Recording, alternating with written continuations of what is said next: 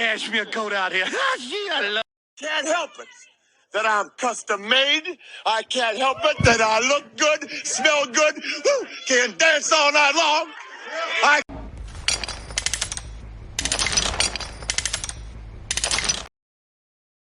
Welcome to Midday Sports with Ron and Lens Crew. I got Mr. Fifth Down himself, Chris Dietz in here. How you doing today, sir? Doing well, Rod. Post Happy Easter. Happy Easter to you too. Well, hope you celebrated with a good weekend. It was a good weekend. It was a good barbecue. weekend. I had barbecue. My in-laws had a barbecue type style. It was pretty good. It was good. You know, you Nice. can't never go wrong with barbecue on Sunday's day. We did family breakfast and got that shit over by 10 o'clock. So it was great. You can't never go wrong with, some good old American beef burgers and some hot dogs, some salmon. You can never go with chicken breast either. But everything else was good. What a wild weekend. So we can unpack it. I was watching a show I don't like talking about. Uh-huh. I heard some slander about my boy Cam. And I think it is. Like, I had an argument with a couple of other channels. I was on ASAP last Thursday after I came on your show. ASAP Sports. I think Cam is better than a lot of quarterbacks. I'm taking over Zach Wilson. I think he's only won. How many quarterbacks that won a Heisman really panned out? That won the Heisman that panned out. Joe Burrow's doing pretty well. Then after that, it's a lot of hit or misses. But I think Cam Newton, for the skill sets, I think he made out. I don't consider him a letdown with the things he had to work with. I heard the discussion. I heard the discussion earlier, and I get it. I get it that they don't like Cam Newton as a person, and that's fine.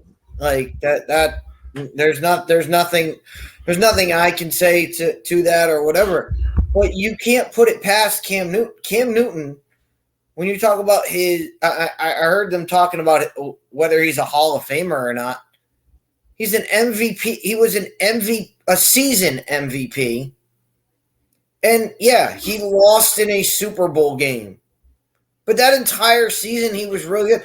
And then you throw on top of it, he is the leading rusher in yards and touchdowns from the quarterback position.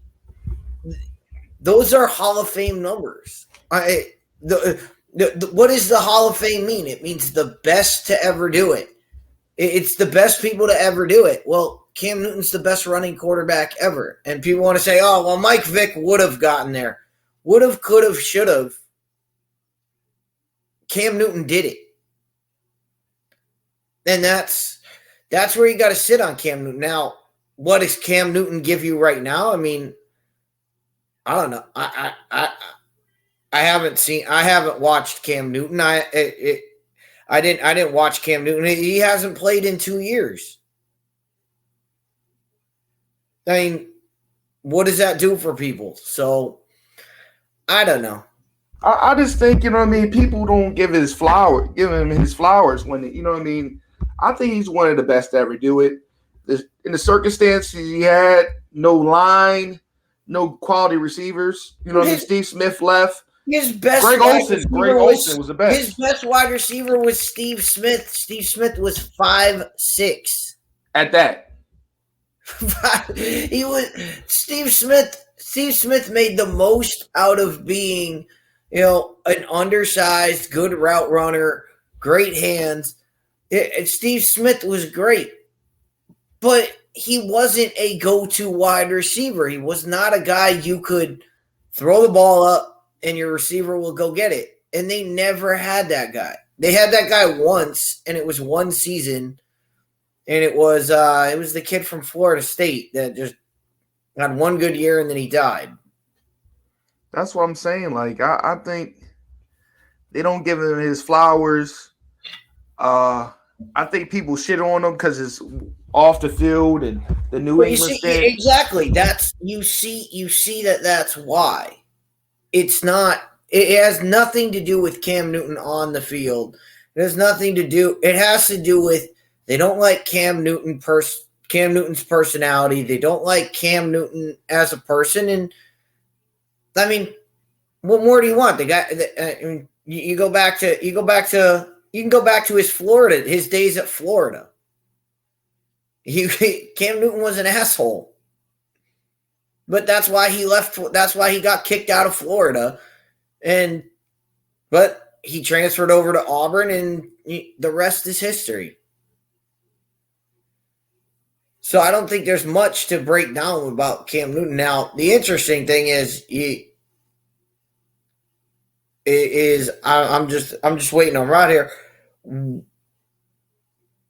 Why are we talking about Cam Newton? Like where did Cam Newton sign? What team is he going to be on? I don't know, man. And are we talking about is anybody? No one's going to sign Cam. No one's going to sign Cam Newton if he hasn't signed already. No one's going to sign him. Like I said, the guy's 2 years removed from football. That's 2 years of 2 years for a guy that was not exactly the greatest. I mean, he it's not like he was football oriented when he was playing. When he was playing, it was if I have the ball, it was backyard football.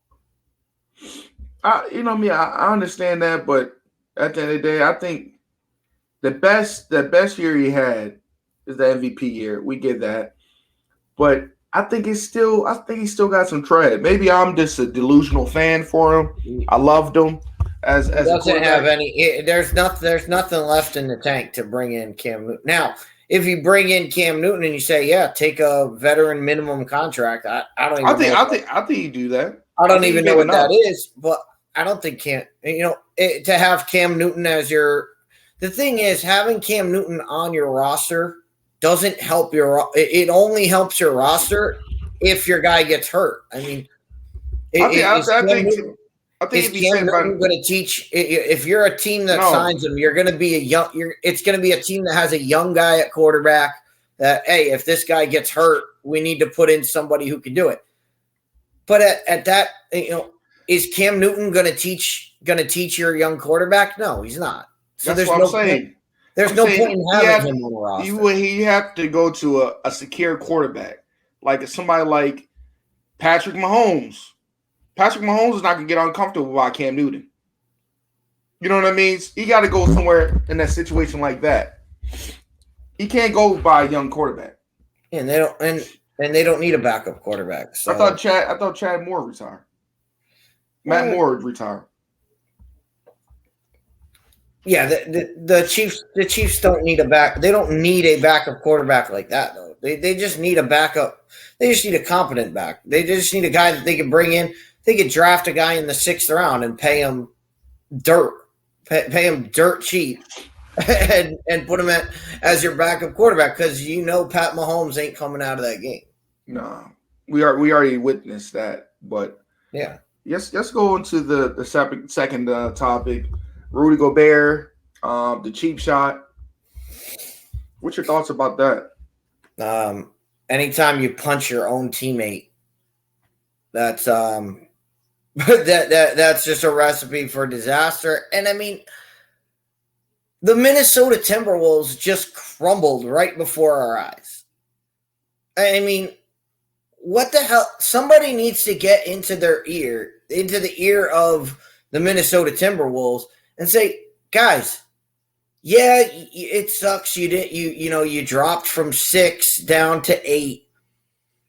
You're still in a position where if you win 1 out of the next 2 games, you're in the playoffs. I mean, right now, if there weren't a play-in, you would be in the playoffs. Why are you imploding like this? Why are you so mentally unprepared that we got the 8th seed and now you're gonna fight your own teammates? You got guys going out with injuries that they could probably play through, but they're just not going to do it. And the infighting and all of that, it just shows you the lack of maturity in Minnesota. And there's a reason why Minnesota never make, they made the playoffs last year. It was the first time in like 20 years. Mm-hmm. There's a reason why organizations like Minnesota exist. This is the reason. Because they have no grip on what they're supposed to be. But like I said, their playoff chances right in front of them. Win one game. Beat the Lakers, you're in. You lose to the Lakers. Oh, well, we go to the next round of the play-in, win the next play-in game against the other two teams that are in it. Win that game and you're in the playoffs. Win one of your next 2 games and you're in the playoffs. Yeah, it makes no sense what they're doing. It definitely doesn't make any sense. And now they're out down maybe Rudy Gobert and McDaniels, because McDaniels busted his hand. He broke his hand. Yeah, he broke his hand punching a wall. So why? Why were you punching a wall? Again, you finished 8th. It's not like you finished, I could understand if you finished 11th and missed and have no shot at the playoffs anymore. Yeah, fine. Punch however many walls you want. But you're 8th. You have at least 2 more games left. Why are you so adamant about this? It doesn't make any sense.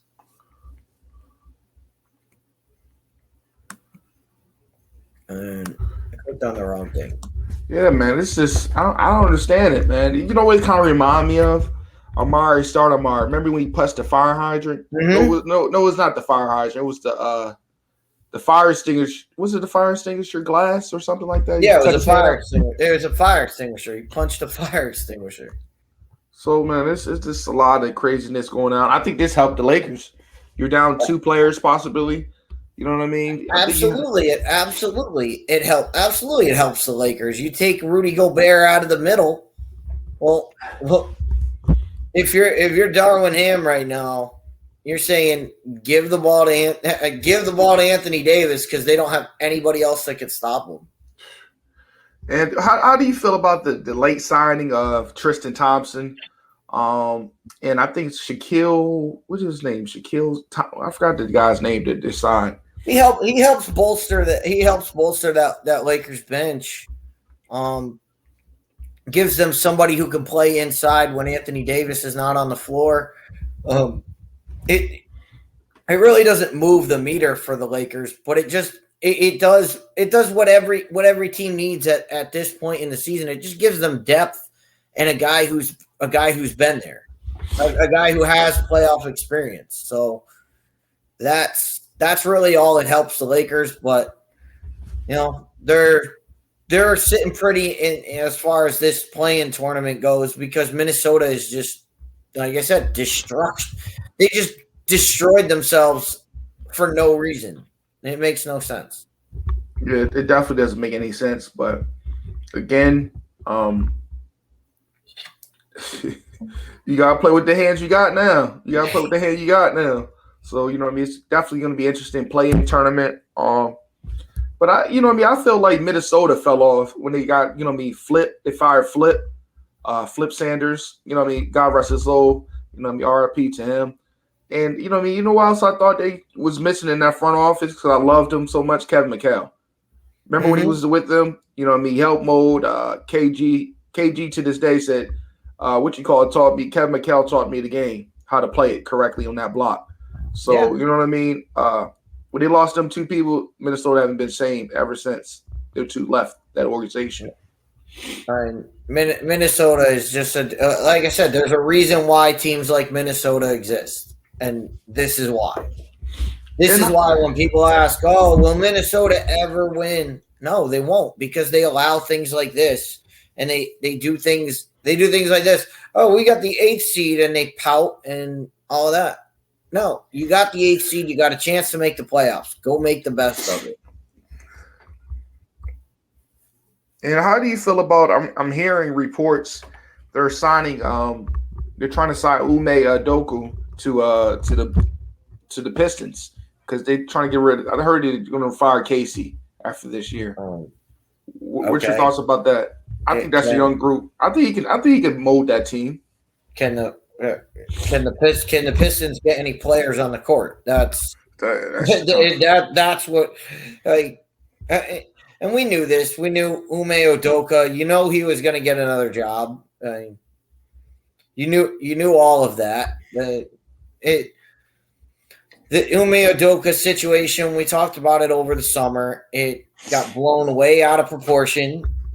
Everything that happened was it should have been handled internally by the Celtics. It should have just been, something that the Celtics took care of, but it ended up blowing up into a story. And then, of course, once that 4-letter network got a hold of it, it took a whole different meaning. And then the Me Too generation jumped in and but does that mean Ume Udoka does